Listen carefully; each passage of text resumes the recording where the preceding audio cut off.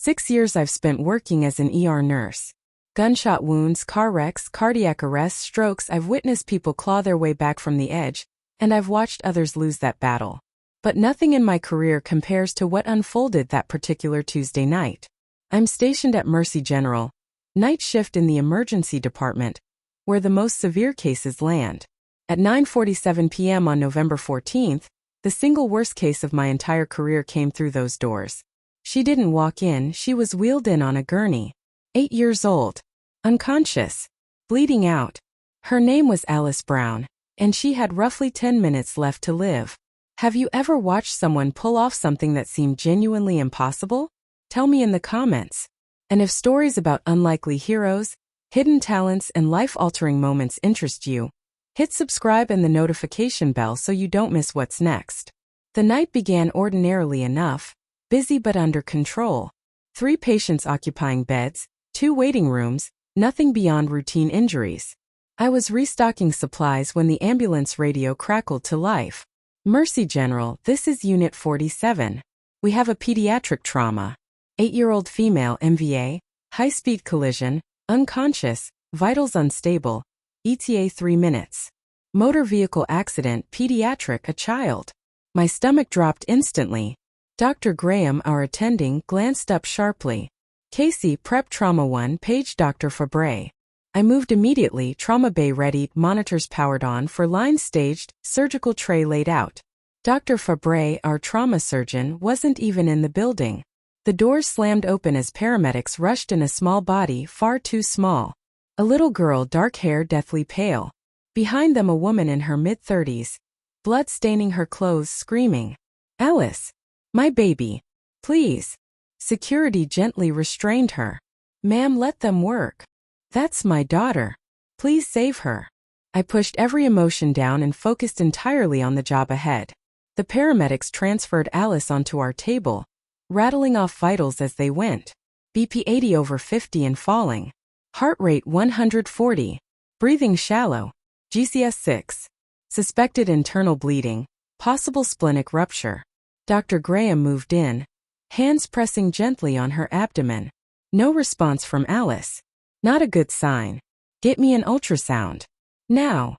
His voice stayed level, but I caught the edge underneath it. I wheeled the portable unit over. He pressed the wand to her abdomen, and the screen confirmed our fears: free fluid pooling, blood collecting in her abdominal cavity. Splenic laceration. Severe. She needs surgery. Where's Fabre? I checked my pager. Stuck on the expressway. Multi-car pileup. He's 20 minutes out. 20 minutes? Dr. Graham looked at Alice at the monitors at her dropping pressure. She doesn't have 20 minutes. Can we stabilize her until? I can try. But Casey, she's bleeding out. Internally. If we don't operate soon.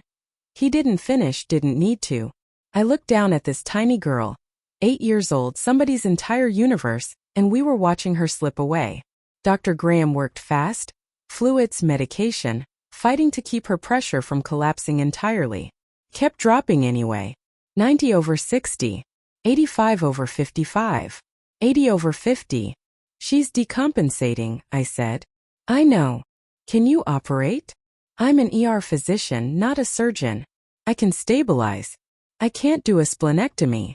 What about Dr. Jones? Dr. Okafor. Jones is in surgery. Critical case. Okafor is at Northwestern tonight. I scanned the ER. 3 other doctors present, all residents, none qualified for this. We'd run out of options. Alice's mother stood at the door, barely held back by security. Is she going to be okay? Please tell me she's going to be okay. Dr. Graham looked at me, and we both knew the truth. Alice was going to die, not from negligence but because we had no surgeon and she had no time. I'll call Northwestern, I said. See if someone can come. They're 30 minutes away minimum. 30 minutes. She had 5, maybe less. I wanted to scream, to break something to make this stop being real. Instead I held Alice's small hand, checked her and kept doing my job while she slipped further away. Then a voice cut through, quiet, coming from the corner of the room. I can do it. I turned. The night janitor stood there, mop in hand, gray hair, a weathered face, quiet eyes that always seemed to carry sadness. He'd worked at Mercy General 2 years, always polite, always essentially invisible, the sort of person you pass daily without ever truly seeing.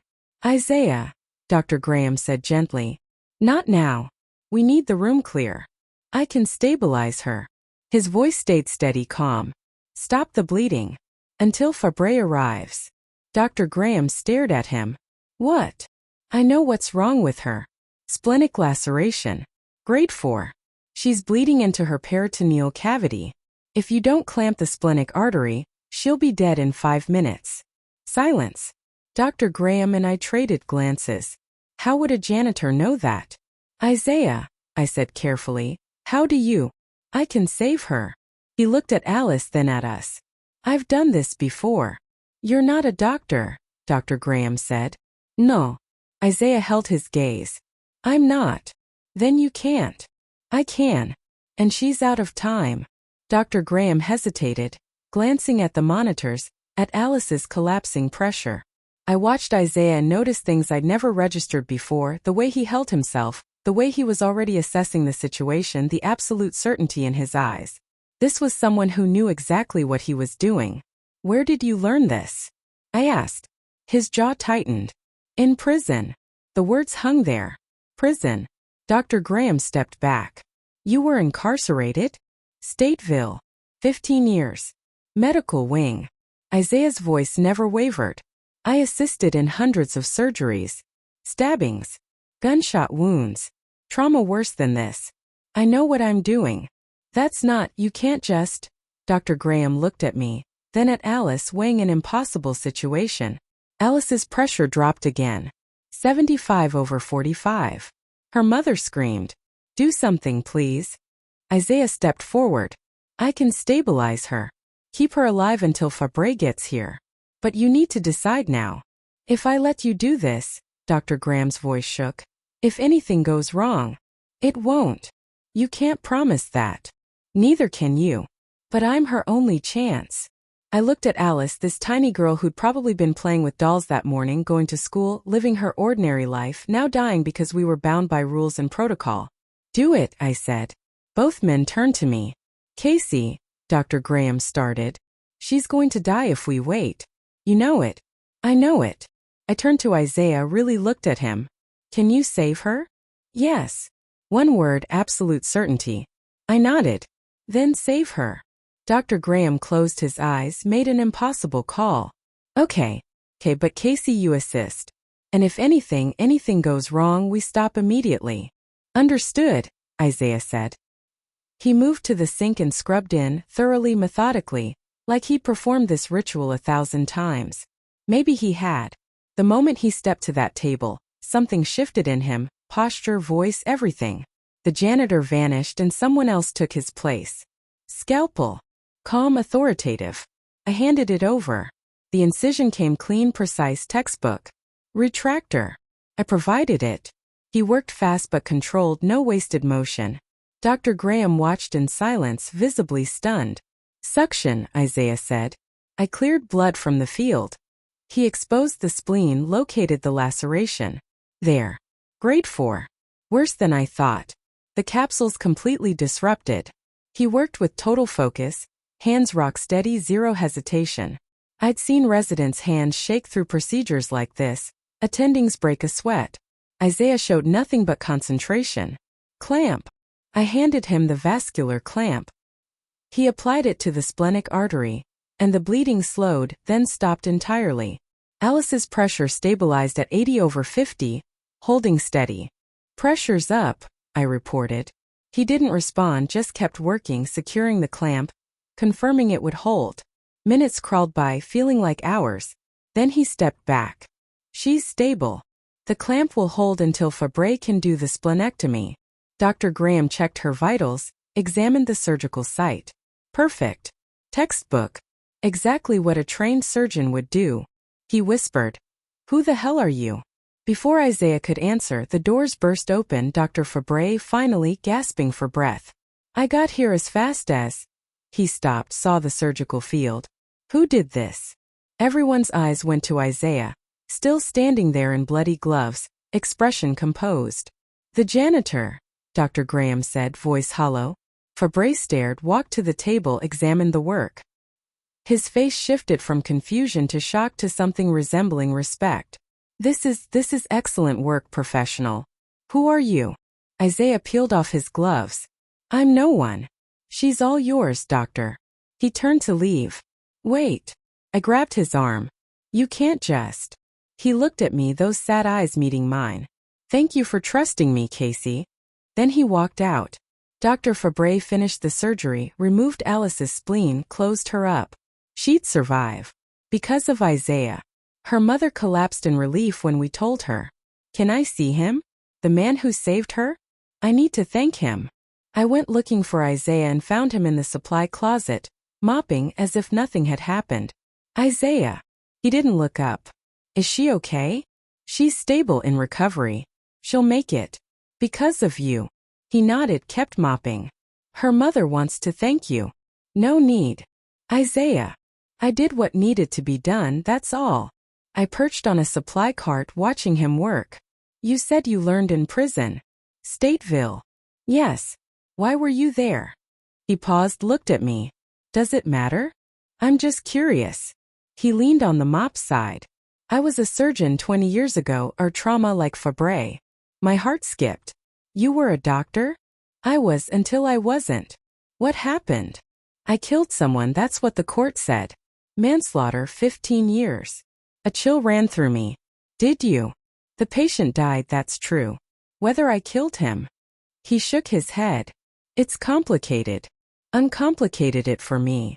He studied me, deciding whether I'd earned the trust, then told me everything. 20 years prior, Isaiah Turner had been a trauma surgeon at Northwestern, well-regarded, skilled, respected. One chaotic night, the ER overwhelmed with emergencies. A stabbing victim arrived, multiple wounds, critical condition. Isaiah operated, did everything correctly by the book. The patient died anyway, the wounds simply too catastrophic, the blood loss too severe. But the family refused to accept that explanation. The patient was Damian Cortez, son of Alderman Victor Cortez, powerful, well-connected. The family alleged negligence, malpractice, demanded accountability. The district attorney, mid-re-election campaign, spotted opportunity, a high-profile case, a sympathetic victim, a defendant who'd photograph well in handcuffs. They charged Isaiah with manslaughter. His public defender, overworked, pushed him toward a plea deal, but Isaiah refused, certain of his innocence. The trial turned into a nightmare. Prosecution-funded expert witnesses alleged Isaiah had made errors. The defense couldn't afford comparable expertise. The jury, swayed by media coverage and the Cortez family's visible grief, convicted him. 15 years. Isaiah lost everything, his license, his career, his entire life as he'd known it. In prison, he ended up assigned to the medical wing, where the prison physician, Dr. Reeves, recognized his abilities and let him assist, teach other inmates, save lives within those walls. He spent 15 years applying his gifts under the worst possible conditions. Upon release, he attempted to reclaim his medical license, but a felony conviction made that impossible. No hospital would take him on, not as a doctor, not a nurse, not even a technician. Janitorial work was the only door left open. So he mopped floors, scrubbed rooms, stayed tethered to medicine even without the ability to practice it. Until tonight when a child needed him, and he broke every rule to save her. I sat absorbing all of it. You were innocent. The jury disagreed. The jury was wrong. Maybe, but it doesn't change anything. I'm still a felon. Still can't practice medicine. That's not fair. He smiled sadly. Life rarely is. He picked up his mop and resumed working. I couldn't let it go. That night at home, sleep wouldn't come. I opened my laptop and started searching. Isaiah Turner, surgeon, manslaughter, Chicago. Articles from 2 decades back surfaced. Doctor convicted in patient death. Surgeon gets 15 years for negligence. Cortez family finds justice. I read every word of the trial coverage, the testimony, the verdict, and the more I absorbed, the more wrong it felt. The supposed mistakes the prosecution cited weren't mistakes at all. They were reasonable judgment calls made under emergency conditions. The patient's injuries had been catastrophic. Multiple witnesses confirmed it. Yet the expert witness, Dr. Harold Kramer, Insisted Isaiah should have acted differently. I looked up Kramer. Retired now, but back then he'd been a regular expert witness in malpractice cases, always testifying for the prosecution, always for a fee. I found an article from 5 years prior describing how Kramer had been sanctioned for giving false testimony in an unrelated case, his credibility now thoroughly shredded. But 20 years earlier, his testimony had helped convict Isaiah. I dug further still and located the original medical examiner's report, which stated the patient's wounds were non-survivable, a fact never entered into trial evidence. Why not? I tracked down the name of Isaiah's defense attorney, a public defender juggling 30 cases simultaneously, who'd clearly done the bare minimum. Isaiah had never stood a real chance. The next morning I found him in the break room eating a sandwich. "You were set up," I said. He looked up. "Casey, I read everything. The trial, the testimony. The expert witness was a fraud. Your lawyer didn't defend you. The ME's report said the injuries were non-survivable, but that wasn't entered into evidence. You were railroaded. It was 20 years ago. That doesn't make it right. Casey, I appreciate what you're trying to do, but it's over. I served my time. It's done. It's not done. You can't practice medicine because of a wrongful conviction. I practice when I need to, like last night. Last night could get you arrested again, practicing without a license." He smiled bitterly. "Then maybe I should stop. Or maybe we fix this." "There's nothing to fix." The door opened, Dr. Graham stepping in, spotting us. "Isaiah, we need to talk." My stomach dropped. "Hospital administration heard about last night. They have questions." "I can explain," I started. "I'm sure you can. But they want to speak to Isaiah." Isaiah stood calm, resigned. "I understand." The meeting convened in the hospital administrator's office. Mr. Gregory Sullivan, 50s, an expensive suit, the type of man more invested in lawsuits than human lives. Dr. Graham was present, along with Dr. Fabre, myself, and Isaiah. Sullivan sat behind his oversized desk, fingers steepled. "Mr. Turner, is it true that you performed a medical procedure on a patient last night?" "I stabilized a dying child until a surgeon could arrive," Isaiah said calmly, no apology in his tone. "You're not a doctor." "No, sir. I don't have a license." "You're not a nurse. Not a paramedic. Not licensed in any medical capacity." "That's correct." "Then you practice medicine illegally. Do you understand how serious that is?" "I understand that a child would be dead if I hadn't." Sullivan's jaw tightened. "That's not the point." "That's exactly the point," Dr. Fabre interrupted. "Alice Brown would have died. I was stuck in traffic. No other surgeon was available. Isaiah's intervention saved her life. And exposed this hospital to massive liability," Sullivan shot back. "If anything had gone wrong," Dr. Graham said. "It didn't. His technique was flawless, professional, frankly better than some residents I've supervised. Because he's been practicing medicine without a license." "For how long, Mr. Turner?" "Last night was the first time in 2 years," Isaiah said. "Since I started working here." "But you practiced in prison." "In the medical wing. Under supervision. For 15 years. Sullivan pulled out a file. "I have your background check here. Convicted of manslaughter. 15 years at Stateville. You lied on your application." "I answered every question honestly. I disclosed my conviction. I was hired as a janitor. Nothing more. And yet you're performing surgeries in my ER. Your ER needed help. I provided it. You broke the law. I saved a life." The two men stared each other down. Sullivan spoke first. "Mr. Turner, you're terminated. Effective immediately. Security will escort you from the building." "No," I said. Every head turned. "Casey," Dr. Graham started. "No, this is wrong. Isaiah saved Alice. He should be thanked, not fired.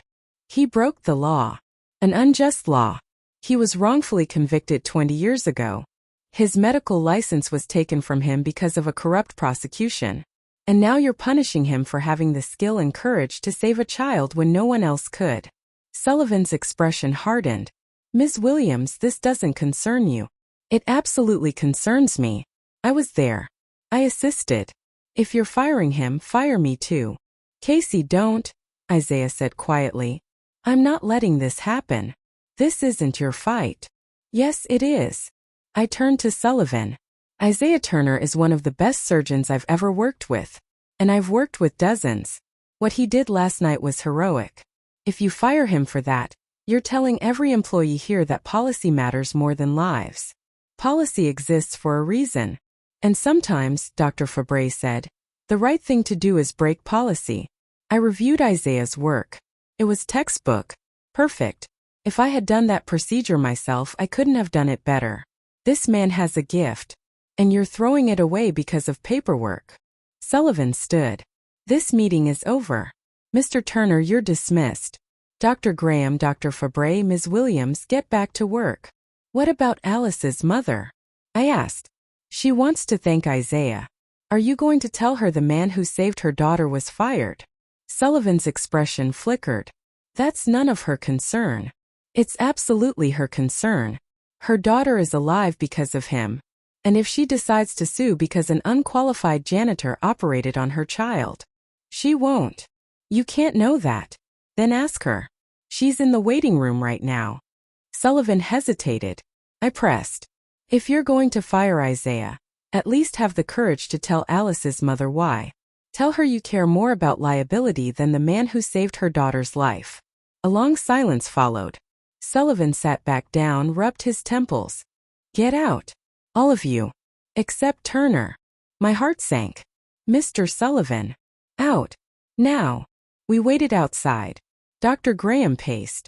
Dr. Fabre checked his phone repeatedly. I stared at the closed door. 20 minutes later it finally opened. Isaiah emerged, expression unreadable. What happened? I asked. I'm fired, effective immediately. My heart broke. Isaiah. It's okay, Casey, I expected this. It's not okay, this is... The door opened again, Sullivan appearing. Ms. Williams. A word. I followed him back inside. He sat, gestured for me to do the same. You care about this, he said, not a question. Yes. Why? Because it's right. Isaiah saved a life. He shouldn't be punished for that. You understand the hospital's position, the legal risk. I understand you're more worried about lawsuits than doing the right thing. His jaw tightened. That's not fair, is it? Silence followed, then Sullivan sighed. Alice Brown's mother is asking to see Mr. Turner. She wants to thank him personally. If I don't let her, she'll want to know why. And then the media will find out. Hospital fires hero janitor. Do you know what that headline would do to us? So you're keeping him for PR? I'm considering options. If Turner stays, he stays as a janitor. Nothing more. And if he ever practices medicine again without authorization, he's gone. Immediately. No discussion. It wasn't justice, but it was something. Okay, I said. But, Sullivan continued, there might be another option. What option?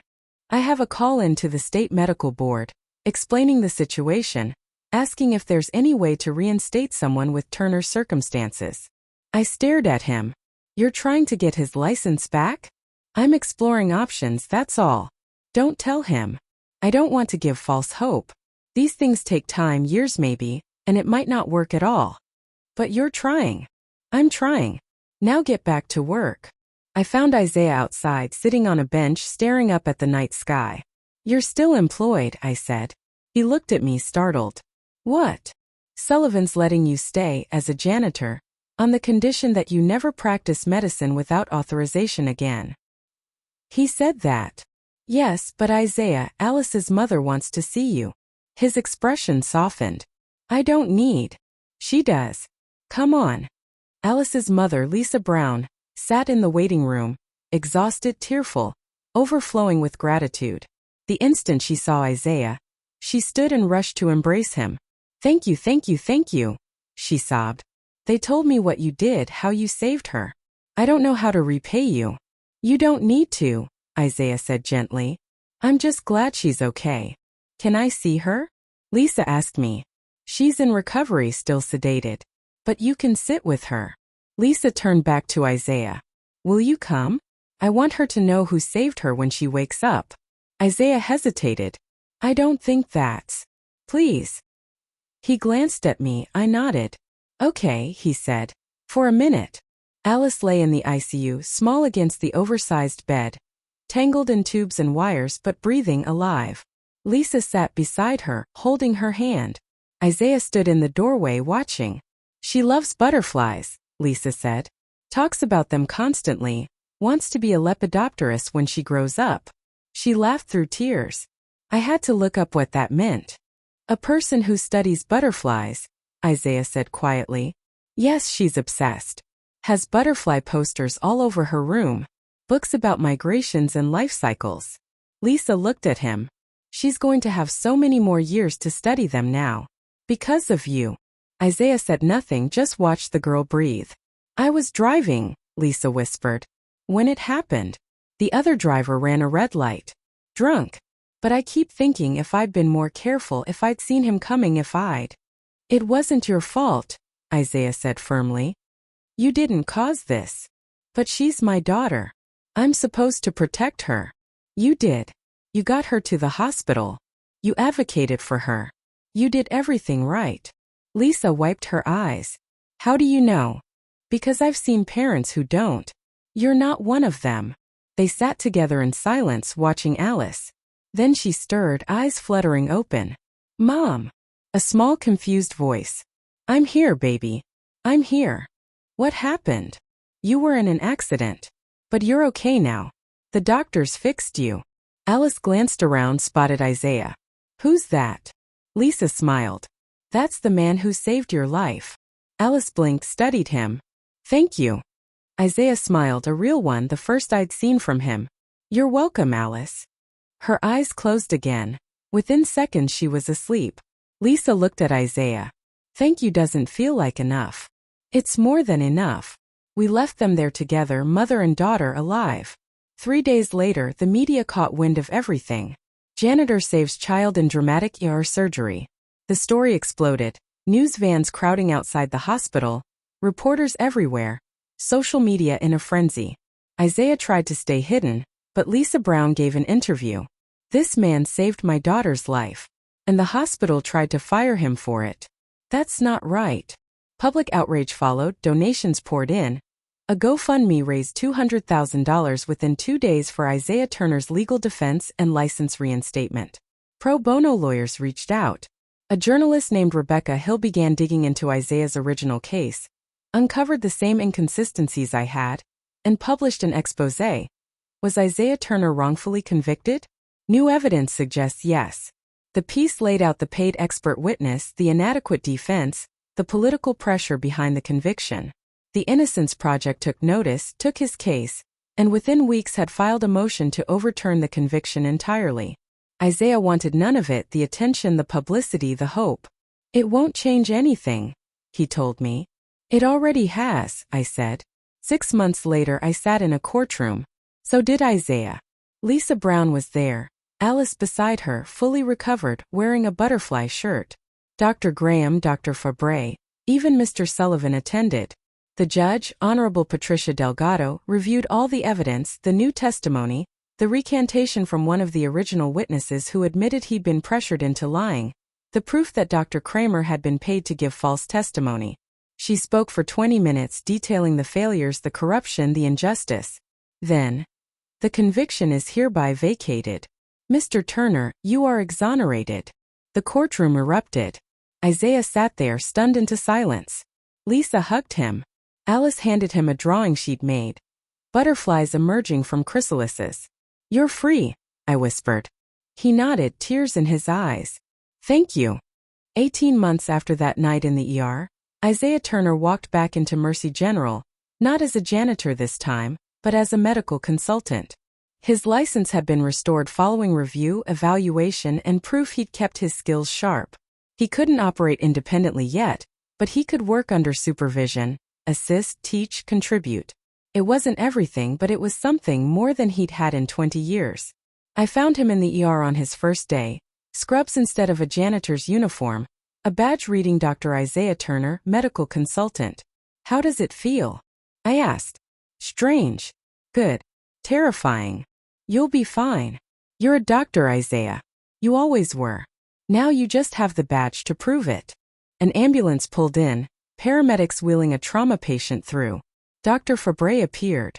Isaiah, we need hands. He looked at me, then at the patient and moved not as a janitor, not as a convict, not as someone hiding his gifts anymore, but as a doctor doing exactly what he was always meant to do. Saving lives. Have you ever witnessed someone pull off something that seemed truly impossible? Share your stories of wrongful convictions and unlikely heroism in the comments below. If this story about second chances, hidden talents, and justice delayed but not denied moved you, hit that like button and subscribe for more stories about unlikely heroes, broken systems, and the courage to do what's right no matter the cost. Don't forget to click the notification bell so you never miss our next story.